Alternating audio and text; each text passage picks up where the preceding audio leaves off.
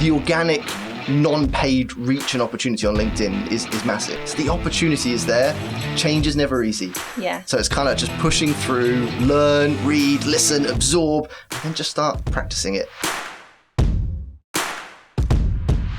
Today, I'm joined by the king of LinkedIn and social selling. He's that much of an expert on the subject, he's even got 2 best-selling books. Dan Disney joins me in the studio. So Dan, LinkedIn and social selling, we hear it so often, but what exactly is it?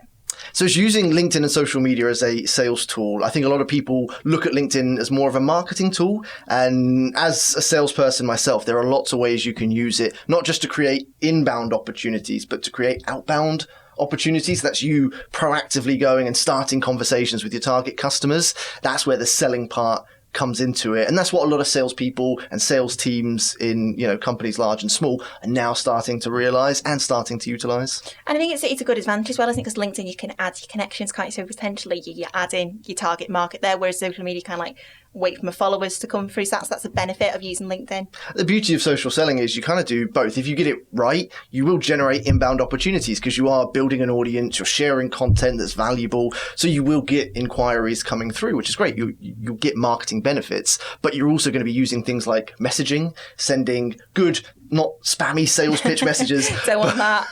Good conversation starting ones. Yes. So ones where you're building rapport, you're earning credibility, and ultimately then creating opportunities. And that's proactive selling. So how did you get into this then with LinkedIn? Obviously, like you say, you have a sales background by trade. So how did you get into LinkedIn and selling through that way? So about 8 years ago, I was working in B2B sales, and LinkedIn in the UK started to really boom. And it was kind of a right place, right time opportunity where I started to realize my customers were using it and they were there. I could find them. I could connect with them. There was information about them in their profiles, in their content. I could share content that they got value from. I could message them. And just bit by bit, all these opportunities became apparent just as that sort of wave was starting to be built, with LinkedIn sort of booming, not just in the UK, but around the world. And so I just fell into it. I just started using it. The more I used it, the more I started to generate, and it's just been the story that is still happening now. I continue to use it, continue to invest time in it, learn more things, new features come in, and it just becomes a more and more powerful sales tool. And it's a consistent thing, isn't it? Like, you got to keep consistent because that's 8 years of work you've put into your profile and how much engagement, things like that, and your connections, well, they value your content. Yeah, consistency is probably one of the biggest mistakes I think people make. But it's like with anything. I could join the gym today. Maybe it's January, 1st of January, New Year. Yeah, I'm going to join the gym. I go for a few weeks. And then before you know it, I've stopped going and months have gone past. And a lot of people do that with LinkedIn. They'll get some training, they'll listen to a podcast or read a book, they'll get excited, they'll do it for a little bit of time, but then they fall off because they're not getting the instant results. So you don't go to the gym and in 3 weeks, you've lost all your weight and you've got a six-pack and you're huge and strong. You have to do it for months and years. And consistency is a big part. I think one of the biggest tips I give people that want to get results from LinkedIn: schedule time in your calendar for the next 3 months. Just as a starting point, every single day have 15 minutes to half an hour as LinkedIn time, and then start doing those key activities. By the end of 3 months, you should start to see some good traction that will motivate you to continue doing it. But if you want results after the first week, you may struggle. Absolutely. Well, what's 15 minutes in a day? What's 15 minutes in a day? And potentially longevity-wise, what that can do for your business and yourself as well, for your own profile. Yeah, it's like planting a seed. I mean, you reap what you sow. And when you start sowing those seeds around LinkedIn, when you start building your personal brand and sharing content and growing your audience, there is no limit to it. You can have a maximum of 30,000 connections on LinkedIn, which is a lot more than the 5,000 friends you can have on Facebook. But you can have unlimited followers. So you could be growing an audience forever. There's no end point where it's going to stop. So you're just forever reaching more and more potential customers, and your profile and brand can grow with you as you progress through your company, as you move into other roles, or maybe when you start your own business and suddenly you're not starting a business with nothing at the start line. Certainly not. You've got a name, you've got an audience, and you're able to hit the ground running. So there's lots of advantages. Whilst it may seem like, I'm spending 15, 30 minutes and I've got nothing to show for it right now, after a few months, and certainly as the years start to go, the results start to grow and it will start to speed up. So it's that long-term piece. It's looking a bit ahead. Forwards. Yeah, and using that motivation to drive you through the activities. So where do people tend to go wrong with LinkedIn then, Dan, when it comes to social selling? There's two things that salespeople do, especially, and business owners and entrepreneurs fall into this trap as well. Number one is spammy sales pitch messaging.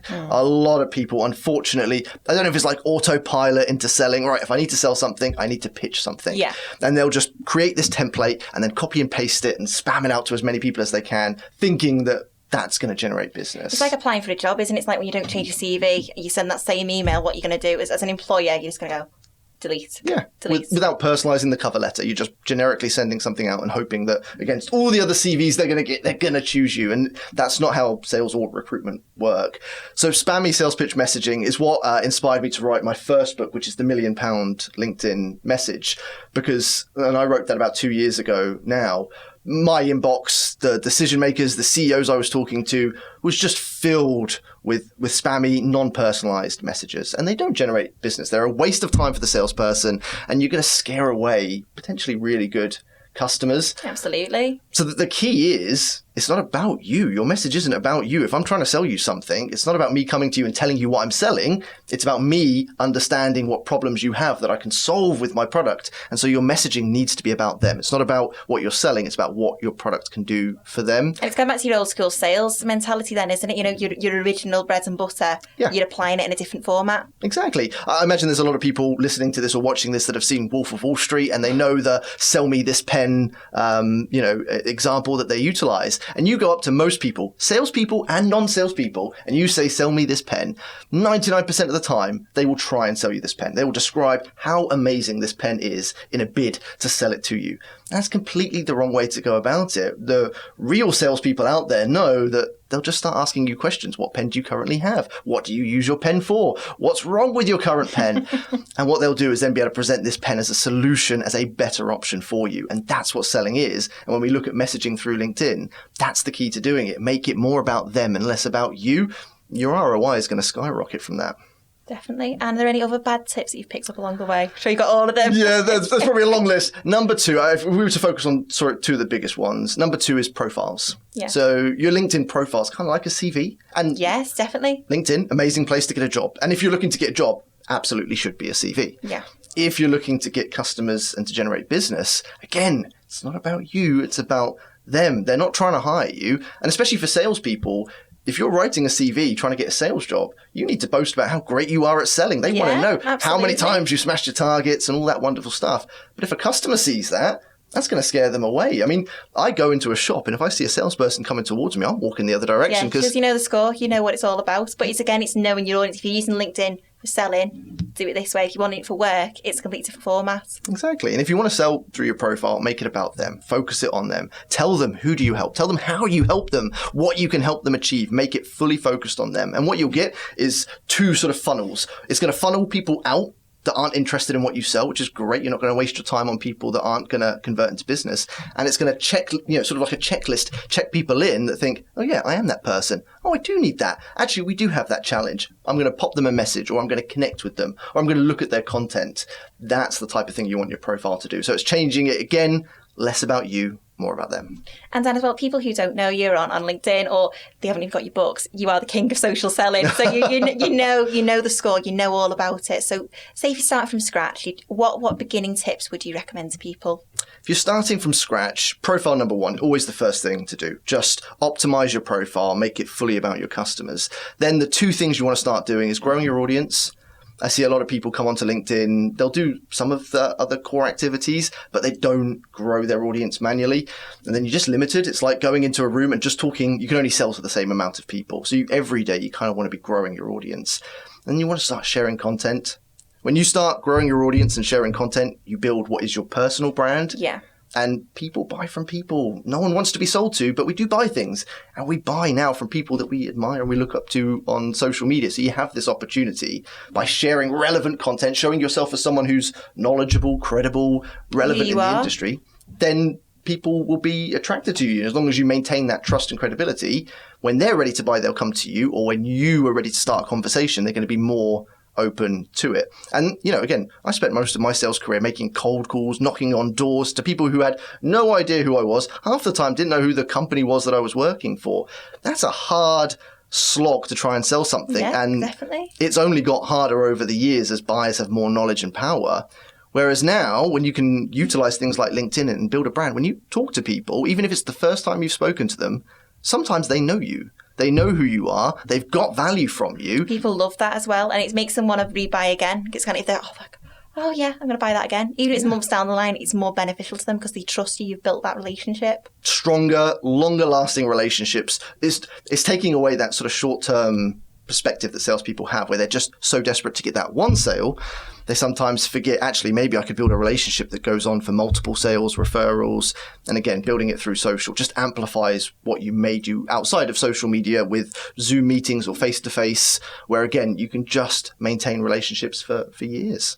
And that's the thing with social media, it's not going anywhere, is it? It's not going anywhere, it's only going to get bigger and better, but you just got to embrace it, just go with it, make some serious money with this. You do, it's there, the opportunity's there. And LinkedIn, especially right now, the organic non-paid reach and opportunity on LinkedIn is massive, and it won't be there forever. LinkedIn is maybe 3 to 5 years behind where sort of Facebook was a few years ago when it became a more pay-to-play model. You can't launch a business on Facebook without spending some serious money trying to grow an audience and reach people. Whereas on LinkedIn, you don't have to spend a penny. To use LinkedIn to huge effect, and then some people grow businesses, multiple six-figure businesses without spending a penny on LinkedIn. No ads, no premium features, just your raw, basic free account. That opportunity is probably going to be around for another 12 to 18 months before it will start to change significantly. So the opportunity is there.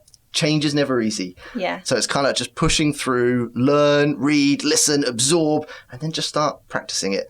It's Simon Sinek uses a great analogy. You look at the mountain, and a lot of people will look at it and think, "Oh, I just want to be at the top." But you have to take each step at a time to get up there. It's taking the view where you currently are and where you can get your next steps on. But once you know your method and your mechanism, you're laughing, aren't you? It's true. Like each step, maybe today you add 10 new connections, and then maybe tomorrow you share a bit of content. Just take each step at a time. Before you know it, suddenly I've grown by 100 connections. Didn't realize that. I've shared a few posts and I'm getting some engagement. It will come, but just treat each day as it is. Don't take anything to heart. Don't take anything personally. Don't focus on engagement. Just go out there, try and give value, try and help people, and bit by bit, it will start to build.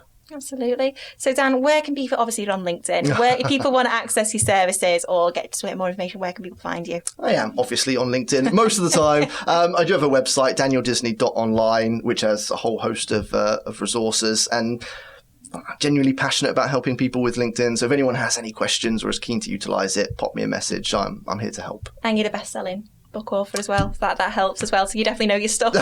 2 books, a third on the way, and I'll write and create as much LinkedIn resource as I can to help people. Brilliant. Thank you so much for joining us. Thank you for having me.